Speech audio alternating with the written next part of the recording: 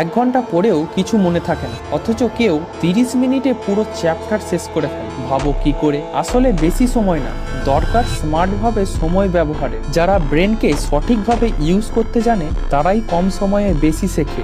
আজ জানবো তুমি কিভাবে কম সময়ে বেশি পড়া মনে রাখবে। স্টেপ 1, অ্যাক্টিভ রিকল ব্যবহার করো। শুধু পড়ো না, নিজের ভাষায় মুখে বলো বা লিখে ফেলো, এতে রিটেনশন দ্বিগুণ হয়। Step 2, pomodoro technique. 25 মিনিট পড়ো আর 5 মিনিট রেস্ট, এতে ফোকাস হারায় না। স্টেপ 3, মর্নিং টাইম কাজে লাগাও। ঘুম থেকে উঠেই ব্রেন ফ্রেশ থাকে, তখন যা পড়ো সেটা 3 গুণ বেশি মনে থাকে। স্টেপ 4, প্রতিদিন একটা ছোট স্টাডি গোল রাখো, যেমন আজ শুধু ফিজিক্সের নিউমেরিক্যাল করব, কাল থিওরি পার্টটা, এতে ব্রেন ক্লিয়ার থাকে। মনে রেখো, টাইম দিলে নলেজ আসে না, টেকনিক দিলে আসে। স্মার্ট ভাবে পড়াই আসল পাওয়া। আর তুমি দিনে কয় ঘন্টা পড়ো কমেন্টে লিখে জানাও। আর এরকমই ভিডিও পেতে চ্যানেলটিকে সাবস্ক্রাইব করো। দেখা হচ্ছে পরের ভিডিওতে।